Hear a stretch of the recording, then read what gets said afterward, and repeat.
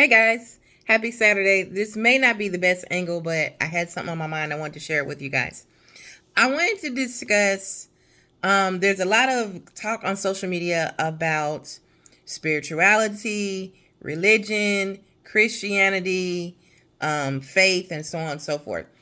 And I just wanted to come on here and talk about how it really is causing division, and how if you really are a true Christian, which I do not ever claim to be, or a true believer, division should be the farthest thing from your mind. You should be working on self and trying to be an example of the Creator. And for me, the Creator is God. Okay. To each their own. But for me, there's only one Creator, and that's God. I do not subscribe to any particular religion, but I am a believer in God. I do try my best to live my life right and treat people right.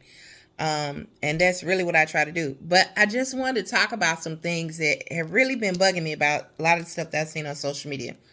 Now, a lot of this was sparked by, and I'm not going to say she's the only one that's spoken on it, because she definitely isn't. But a couple weeks ago, y'all know B. Simone made the post, and she was saying, I can't go into 2025 rocking with people that still check their horoscope and still believe in crystals and so on and so forth. Now, to each their own. I'm a Sagittarius. I have done my, I guess, astrology studies or whatever, and it resonates with me. Okay. I do believe that people are born under certain characteristics at a certain time or a certain time of the year or whatever, and they can attribute to their personality. Okay. That is my own personal belief. There are a lot of people that were coming for her that are more spiritual than they are religious. I have always said that I am more of a spiritual person and I'm not religious. I grew up in Catholicism from the time that I was brought into this world all the way through high school. I went to nothing but Catholic school. I never attended public school. I was an altar girl. I had first communion, baptism, reconciliation, confirmation. I had all of those different sacraments, right? So I definitely was very well steeped into Catholicism, Roman Catholicism at that. If you don't know, there is a difference. There are different sects, sects, of Catholicism. It's hard for me to say that word because I have a list, whatever. Anyway, there are a lot of things that have been brought up and been very divisive. For instance, I made a post several weeks ago about people being lonely during the holiday season and how, if you have God in your faith, you're going to be all right. You're never really alone. When I made that post, there was somebody on YouTube that decided to come and quote unquote check your girl. The only person that can really check me is God. Please and thank you. And don't mind me, y'all. I cooked and there's food on my finger. Don't worry about it. I was being a mom. But but there was a person, they came for me hard. They told me that I was not a believer. How dare I talk about God and so on and so forth. Because I have piercings. If y'all see, I have shaved head with locks. You know what I'm saying? I got piercings here, here, here, here, here. I got a big old tattoo with my son's name. You feel what I'm saying? I'm about to get more. But they told me because of the way I look and the way I present myself that I am not of God. Okay. I have even had people tell me that I am not of God because of the way that I choose to wear my hair. That my hair is my crown, and how dare I shave my head. That is not of God because of one scripture that they read in the Bible. There is so much divisiveness. So I have my own thoughts on this, and I'm going to present them to you real quick.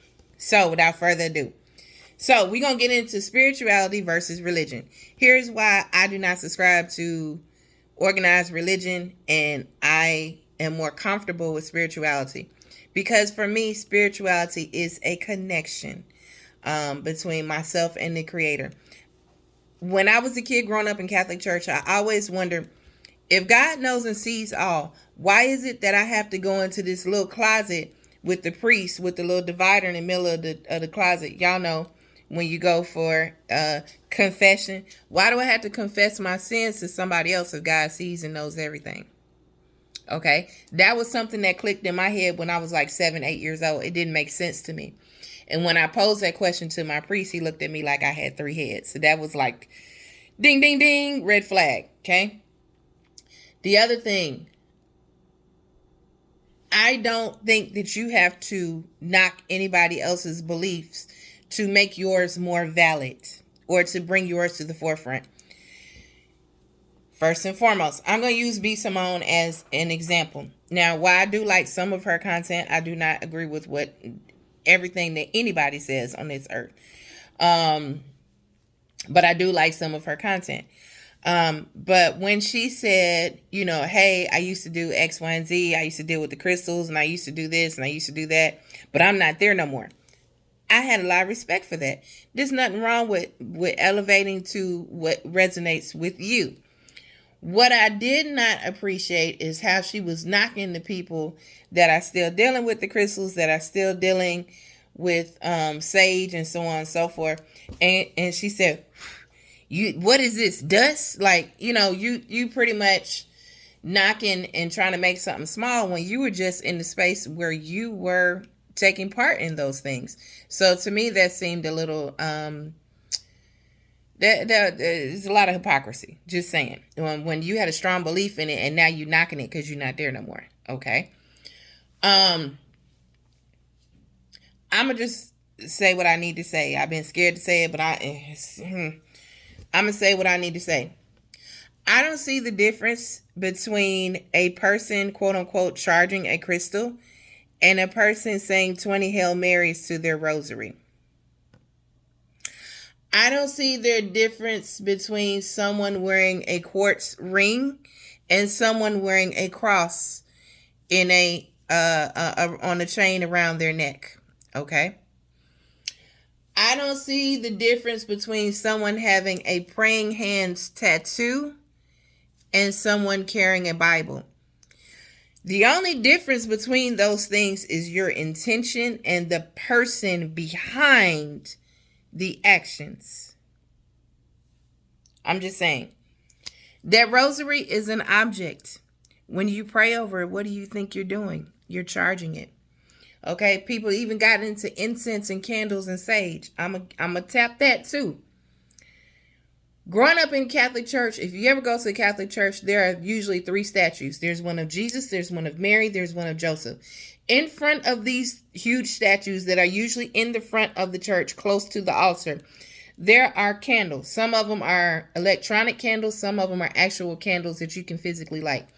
Our church had the electronic candles. Basically, you put a quarter in the thing, which, why you got to pay to pray? That's weird. You put a quarter in the thing, and then it would have this little metal sensor, and you put it over the little candle, which was electronic, and the little metal sensor would light up the candle, and then you kneel and say your prayer. One, it's weird because why I got to pay a quarter to pray? It's like putting a quarter in a gumball machine for a prayer. That was strange. Number 2, you're lighting a candle while you pray. How is that any different when people light candles and sage their house? I don't see nothing different in you saging your house and praying. I do it. I definitely do it. Than someone having a Bible in their hand and praying. It has to do with the intentions behind what you are doing. Because here's the thing.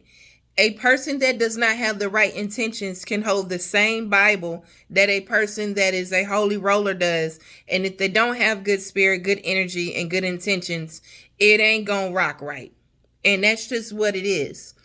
When people talk about spiritual people, or some people call themselves witches, some people call themselves spiritualists, some people call themselves other things. I'm not gonna get into that. That's for them. I don't see no difference in them having their altar to their ancestors and people that have an altar in the corner for God, or people of other faiths that you see altars in their businesses. To each their own. I do not believe in demonizing somebody else's practices just because they are not for me. I have a very close friend that deals in, I will say she deals in spirituality, and I'll leave it at that. I am a person that is a strong believer in God because I have seen and I have felt and I have experienced God on a personal level, not through a priest, not through a preacher, not through a nun, not through nobody else, between me and God. And yes, I know God is not in the sky, but habit. We respect each other's beliefs. We have intelligent conversations about our beliefs. We exchange ideas. We share our opinions, but we respect each other.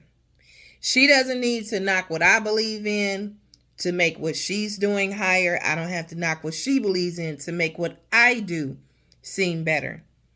We meet each other where we are and we respect each other. And I just feel like there's so much divisiveness in the world. And every time there's something trending on social media, everybody got to take a side. You got to take a side. You got to take a side, right? If you really knew the basics of the Bible and you really knew the quote unquote golden rule and what Jesus stood for, Jesus was for everybody. God is for everybody. It's not like it's some sort of stop treating your spirituality, your beliefs, your religion, whatever you want to call it, like it's some sort of sorority where you got to pay to get in. Baby, your beliefs are your beliefs, and you don't need to pass through a velvet rope to get there.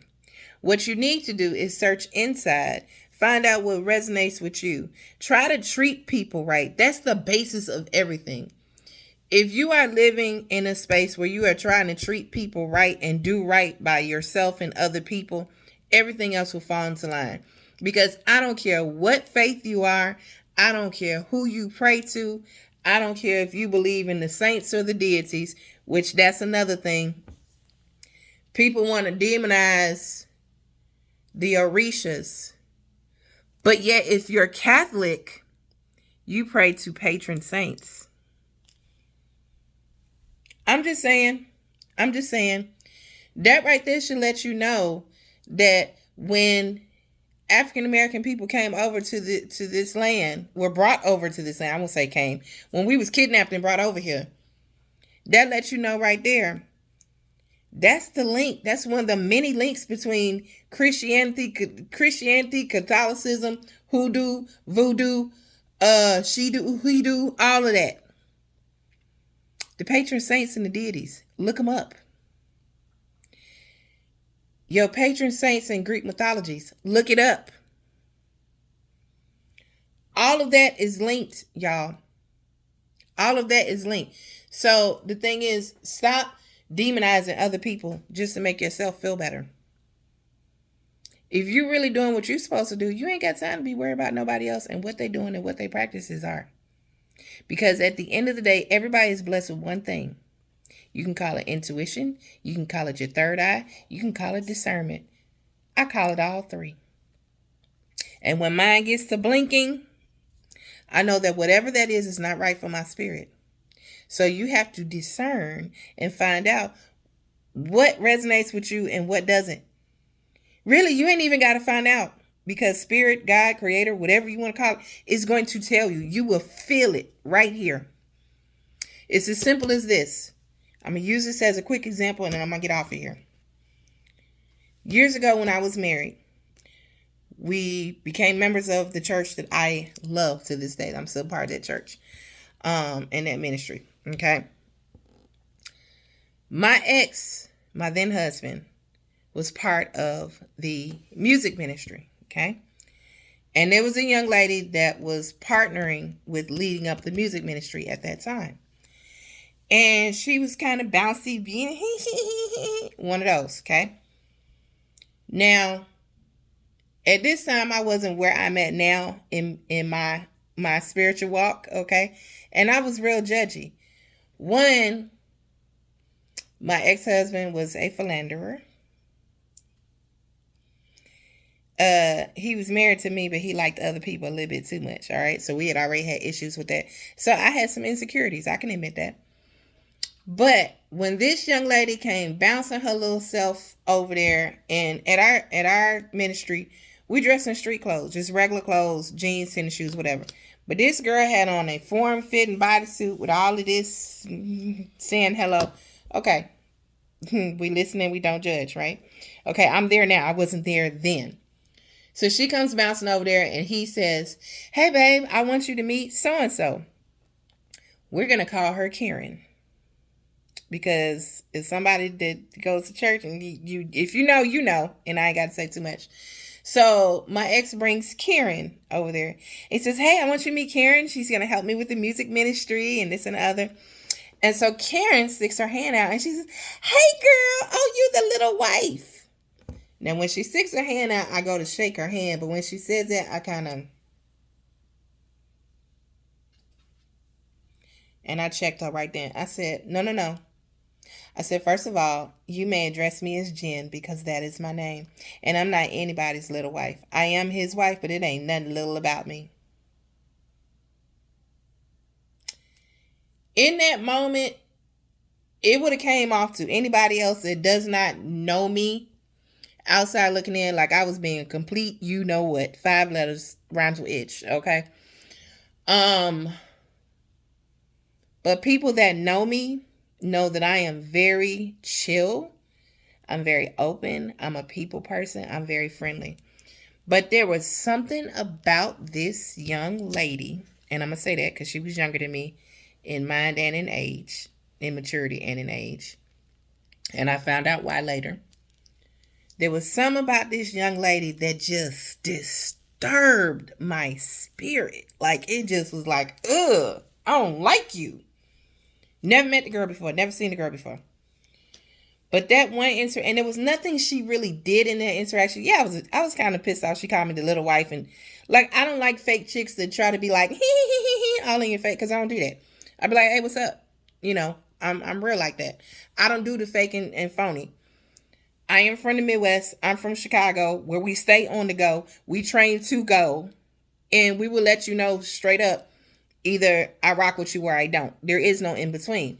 So having moved to Georgia where there's a whole bunch of transplants, different types of people, and the energy with the women just be different. Okay. Um, some good, some bad, but it's just different than what I grew up with. I don't do the I don't do that. Like that irritates me. So first off, they irritated me. So when I went home that night, I had to question myself, like, what is it about this young lady? And I could not put my finger on it.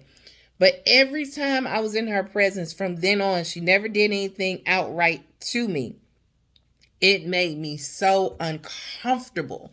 Like my spirit was just like, y'all ever been got invited to somebody's house and their house is nasty, and so you just, as soon as you walk in, you be ready to go and you just be looking around and you be like that.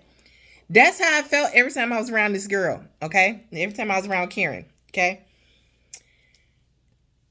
Fast forward, and my then ex was my then husband. My ex, God rest his soul. Um, he kept saying, "What is it? You just don't like that girl." And I was like, "I don't know, but it's just something, I can't put my finger on it."